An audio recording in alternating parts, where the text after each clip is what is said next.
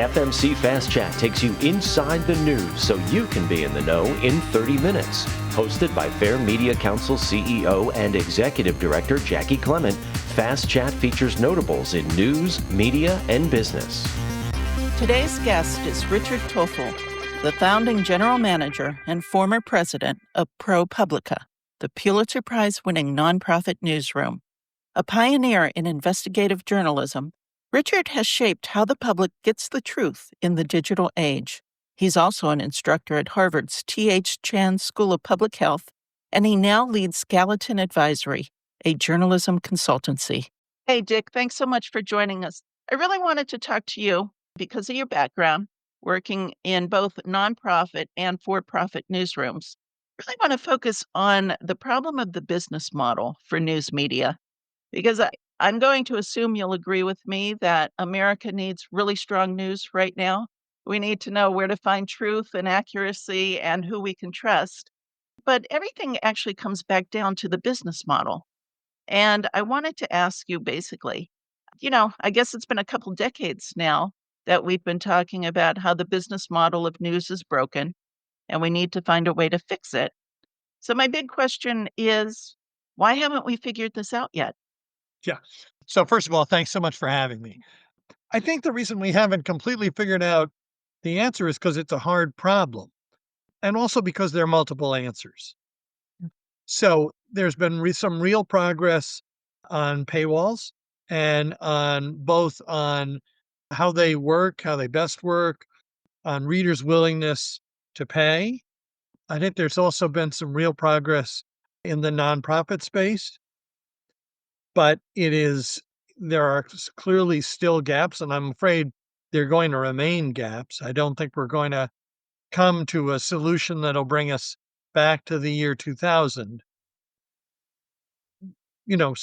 But overall, it's a complicated problem. And can you give some of our listeners and viewers a little history? But for the younger millennials and Gen Zs, when we talk about the broken business model, I don't know if they're really clear on how things used to happen. Well, so the first thing I think to remember, which surprises people, is that the best year in the history of the American newspaper business was the year 2000.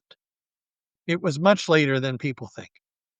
So it was after the dawn of the consumer internet, which was roughly 1995. And obviously it was in a boom economic year.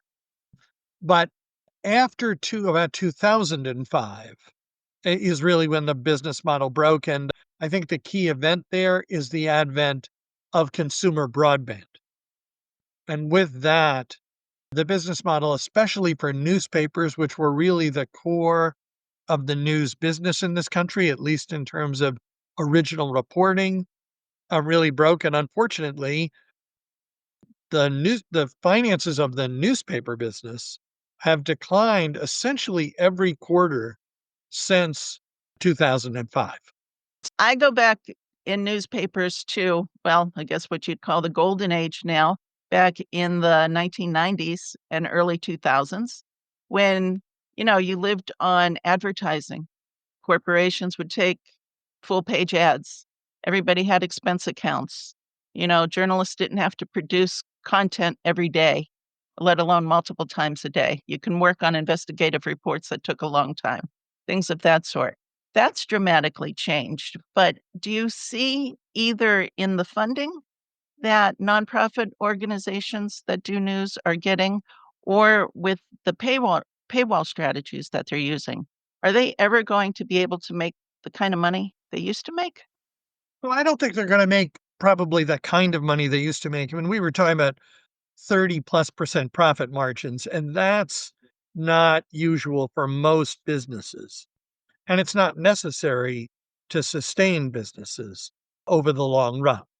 So I don't think you're going to go back to 30% profit margins, which was a result of most local newspapers essentially being monopolies in their markets. As I said, I do think paywalls are a sustainable business model. And I think the through line on what makes them work, where they do work, is very high quality content in very high quantity.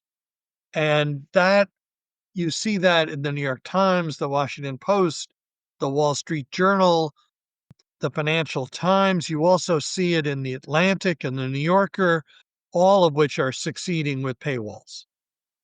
And then in the nonprofit space, what you need is, again, original content, probably in almost every case, not enough of it to float a paywall, but enough of it to get readers to step up, both in large numbers of small contributions and small numbers of large contributions. And that's been the essence of the successes that we've seen there. The idea of the paywall, what bothers me with that approach is if you can't afford a subscription, I can go on the internet basically for free and surf around and come across a lot of misinformation, or I could come across a lot of opinions that people have on Facebook. I don't necessarily know what's true or false. And if I can't afford a subscription to pay to get past that paywall for the quality journalism, how am I ever going to know what's really going on? Right. So, a couple of things. First of all, ever thus, right? Newspapers liked to pretend in the glory days that they reached everybody. There were huge communities they weren't even trying to reach. And I think that this is something that people have realized only later. And it's been one of the problems of the news business that there were huge parts of the country that the newspaper industry pretty much ignored. What we call underrepresented communities. But, while that's a term on the left, I think it applies to a lot of people who have ended up on the right as well. And so I hope people can hear that without thinking of it in political terms. So that is a problem with paywalls, but it was a problem in the old model as well. I think there's a second problem with paywalls that we can talk about, which is that I think it makes news organizations dependent economically on their readers and thus not actually as independent as they used to be. There was a diversification of advertisers, and readers were a smaller piece of the pie. And so editors were much more truly independent. I think they are still quite independent of advertisers, but I think, interestingly, they've become less independent of the mass of their readers, less able to go against the predilections and predispositions of their readers. And that's a real issue. What is there for people who can't afford to pay? First of all, there has always been, and there continues to be, the broadcast media that are largely derivative of the original reporting that's in newspapers and Yeah. online news organizations. And that was true in the old days as well. And then there are nonprofits that almost without exception operate on a free model. Okay.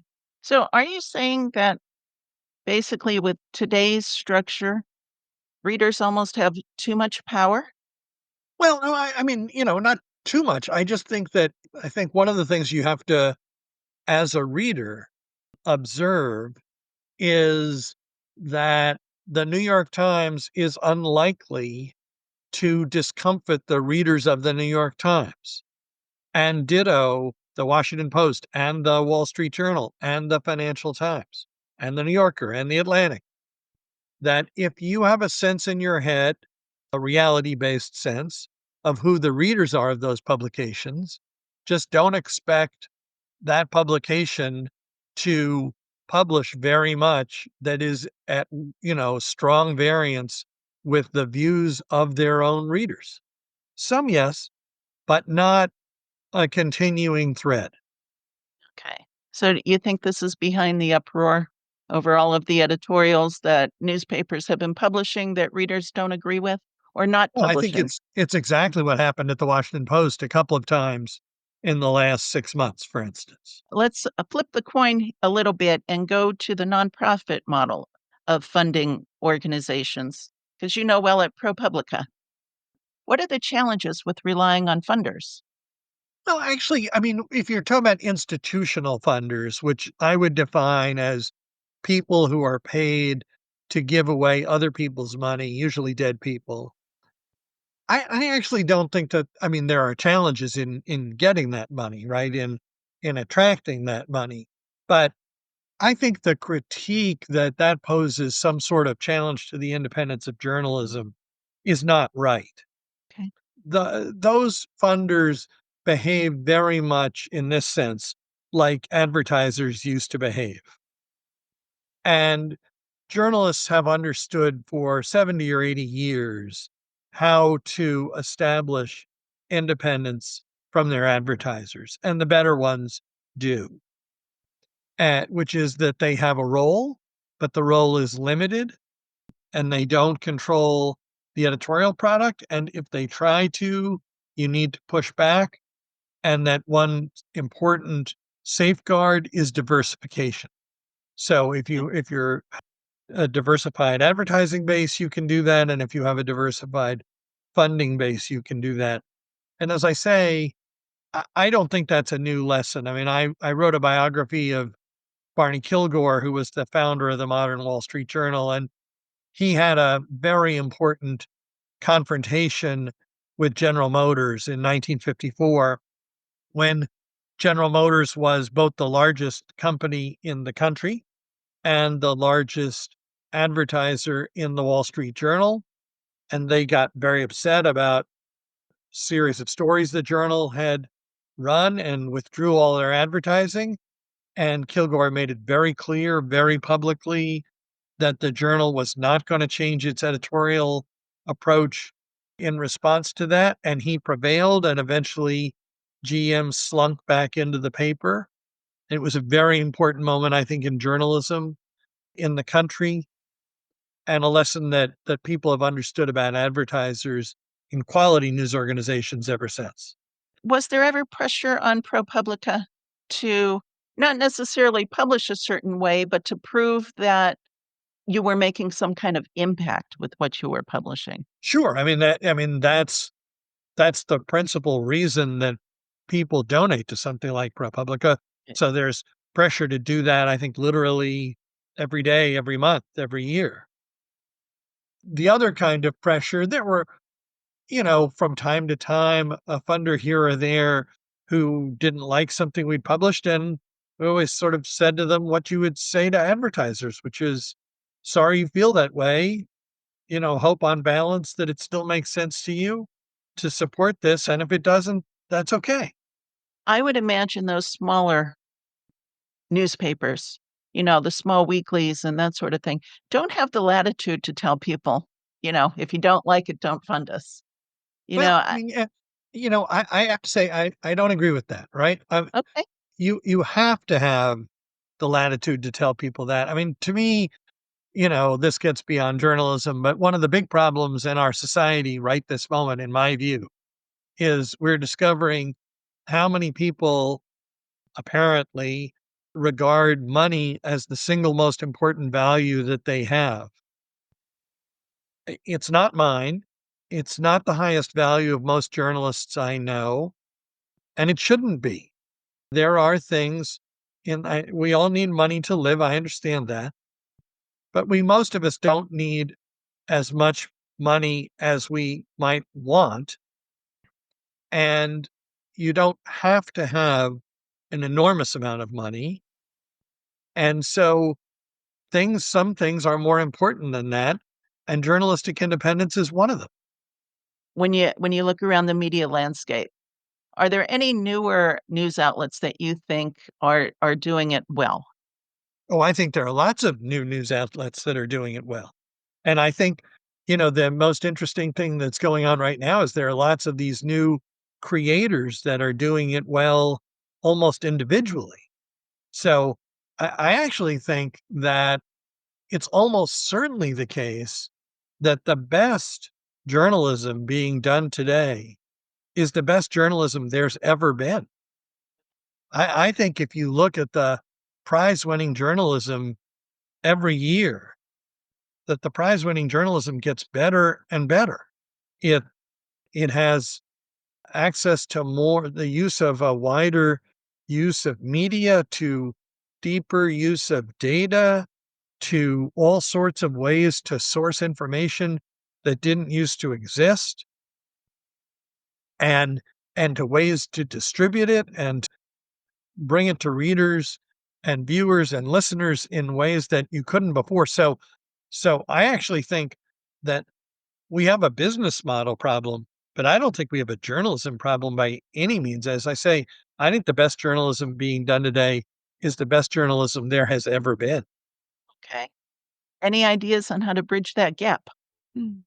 Yeah, I mean, as I say, paywalls is one, nonprofits is another, and some of these creators I think are showing us yet a third, which are, very small, very lightweight, either individual operators or small organizations that can take advantage of the very low barriers to entry and operate at a considerable level of quality at quite limited expense.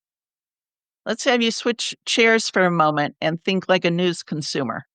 Because if you log on, or even if you're streaming, there's so many more voices out there now. It's very confusing to people. How do they pick and choose what they listen to or what they watch or read? And again, what should they believe? So, how do you navigate today's landscape? Yeah, well, the first thing is people are different, right? I mean, people have wildly variant interests.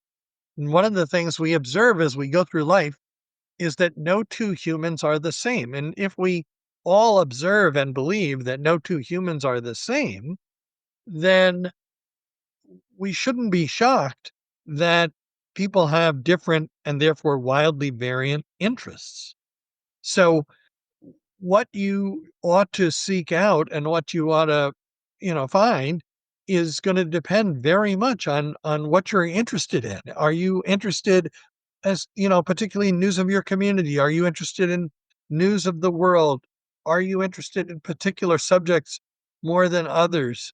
What are your leisure interests? What are your work related interests? What are your family related interests? At what stage of life are you in all sorts of different ways? So, there is not going to be one answer. There are going to be answers for all those things. I think the kinds of through lines you have are you need to find sources you trust. You should interrogate what you're consuming against your experience of the wider world. If people tell you things that turn out not to be true, you should probably move away from them. If people being flawed, which again, and I think in our life experience, everyone is, if people tell you they never make mistakes, they're lying to you. If people tell you don't show you their mistakes, they're hiding them. I mean, certain basic things that I think people know as they navigate their human relationships, they ought to apply to their news relationships as well. A lot of the criticism of news media today is that it's behind the divide of the country, that it's been polarizing and divisive. Do you see it that way? Well, the country the country's surely divided, and I think there's some pretty deep reasons for that. I don't excuse me, I don't actually think the news media is a principal cause of it. I think it is much more of a reflection of it. To me, the deepest causes of it are probably the widening inequality over the last 40 years and a lot of unresolved stuff about groups of people who were once excluded and who we have far from reached steady state about including. So I think those are the two big issues, and they are also clearly related to each other. I think those are the two big issues that are dividing the country. And I think the news media, like everything else, is a reflection of that. Okay. And now we're able to hear these divisive voices much better because of the internet and allowing people to go online? There's some truth to that. I think it's also true that some of our institutions ha- have ultimately let us down, especially as a result of the widening inequality. I mean, that would be my view, and that some of our institutions under these stresses have pretty much broken, and that's what's leading to a lot of the elevation of the more divisive, more hateful voices. Okay. Now, I know the course you teach at Harvard. I want to bring up the fact that people have long been saying if there's just one major event that happens that can unite people, people thought that COVID and the pandemic would be that one great thing that would finally get people to kind of forget all the divisiveness and come together and agree. But yet we found the opposite. There was a lot of conspiracy theories and disbelief and misinformation surrounding COVID. How do you get past all of that? I mean, when you teach your course, what is it you talk about when it comes to issues like that? Well, I mean, let me just say, the first thing is the course is for principally students of public health, some medical students, some public policy students, a few undergraduates from time to time, about how to communicate with the press, how to engage with the press, particularly about public health. So, public health is a field where before 5 years ago, there was not a lot of call very widely for engaging with the press. There was not a felt need for understanding how to do that. And so the course is designed to remedy that. And so mostly we talk about simply how the press works, how to understand the press if you're not in the press, which of course most people aren't, and almost everyone in public health is not. So that's the first thing. It's not exactly what the course is about. It clearly touches on this. My view about COVID went, I think, very poorly in many ways in this country, some of which we saw at the time, some of which we see more clearly in retrospect and are still learning to see.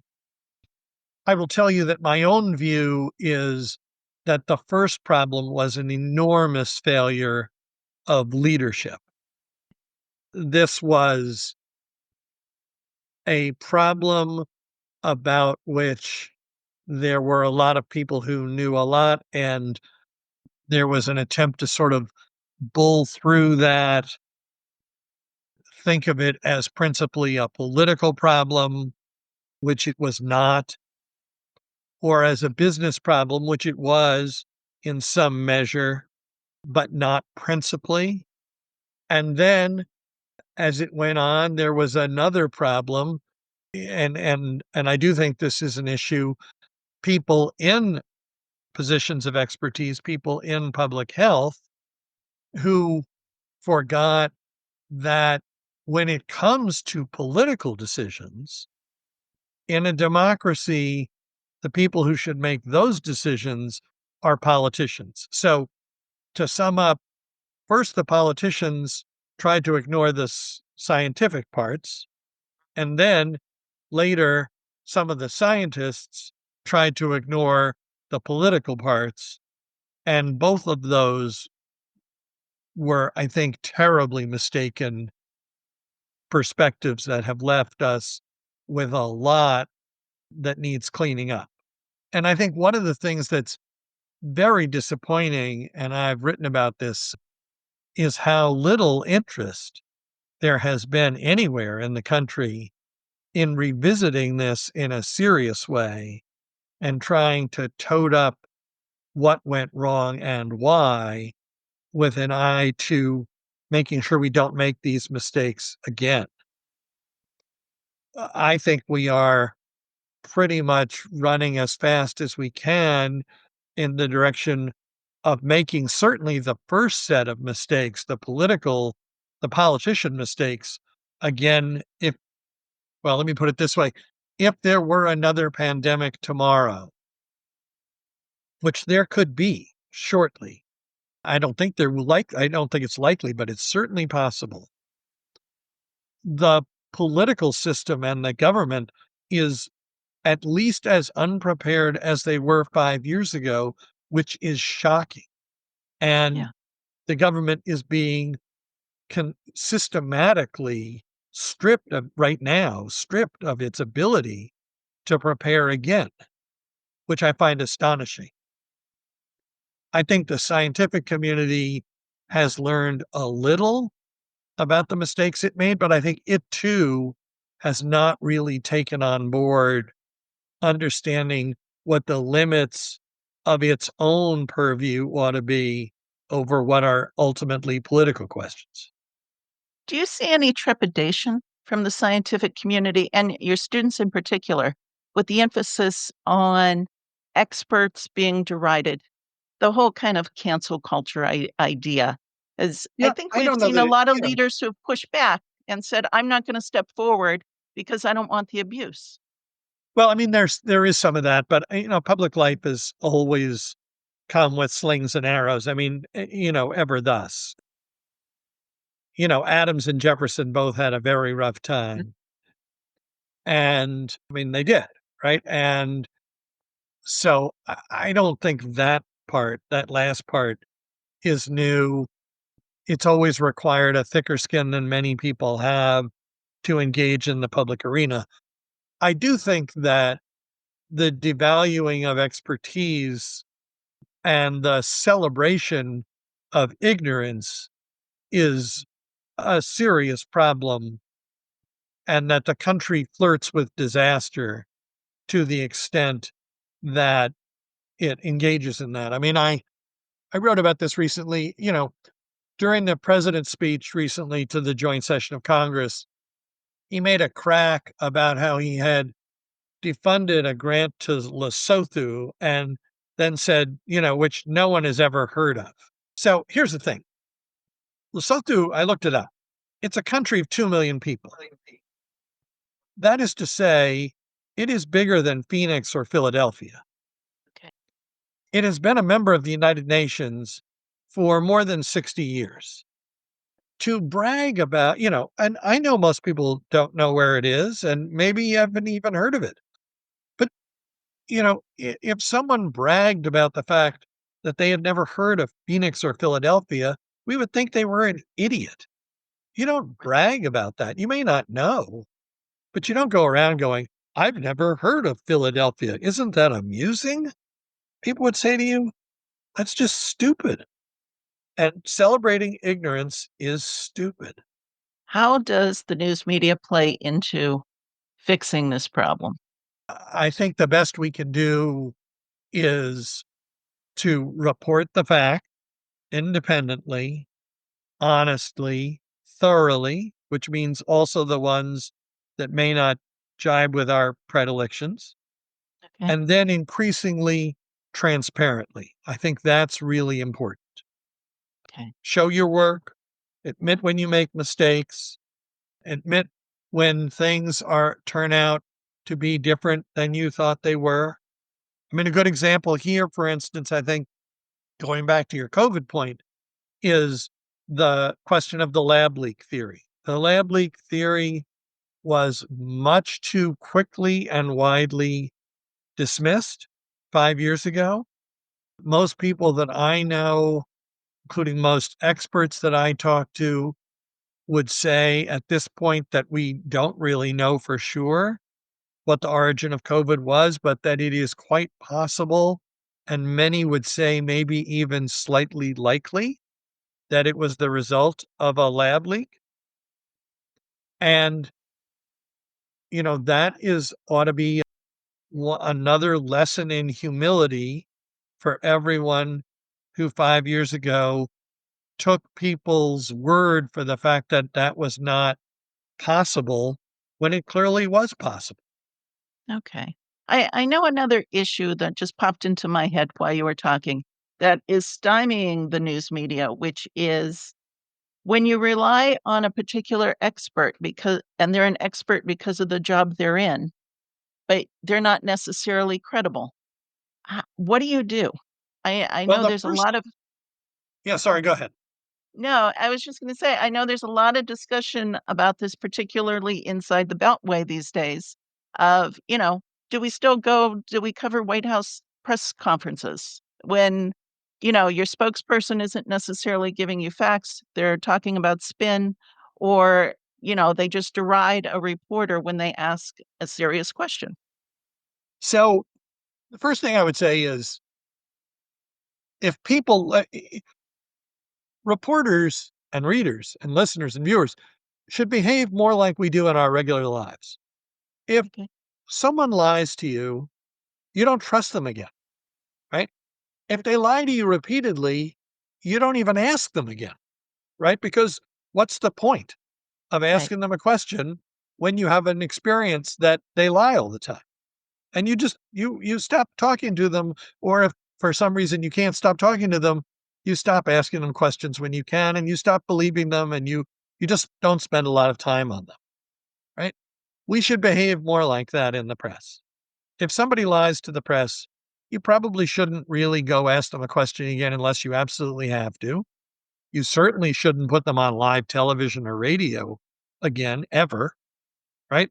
Lying is an abnormal human behavior, right? It happens frequently, but we've all agreed as a basic principle of our society that it weakens all of our relationships. Lying, telling the truth is good, lying is bad. And, that is literally in the Bible and way before that. So if people lie to you, you know, try to pay as little attention to them as you can. And I think we're not as disciplined about that as we should be. Conversely, spend more time with people who tell you the truth. Also, if you're dealing with a matter that's complicated, try to be talking to multiple people. So we started the conversation talking about the money issue, and we kind of morphed into credibility and integrity along the way. So can those two things work together? I think there's a natural relationship between them, right? Ultimately, people are going to spend more time and more money with people and things and institutions and sources they trust. So I actually think there's a naturally reinforcing element to it. The Fair Media Council is a 501c3 nonprofit organization advocating for quality news and working to create a media-savvy society. For more information about the Fair Media Council and upcoming Fast Chat shows, check out fairmediacouncil.org.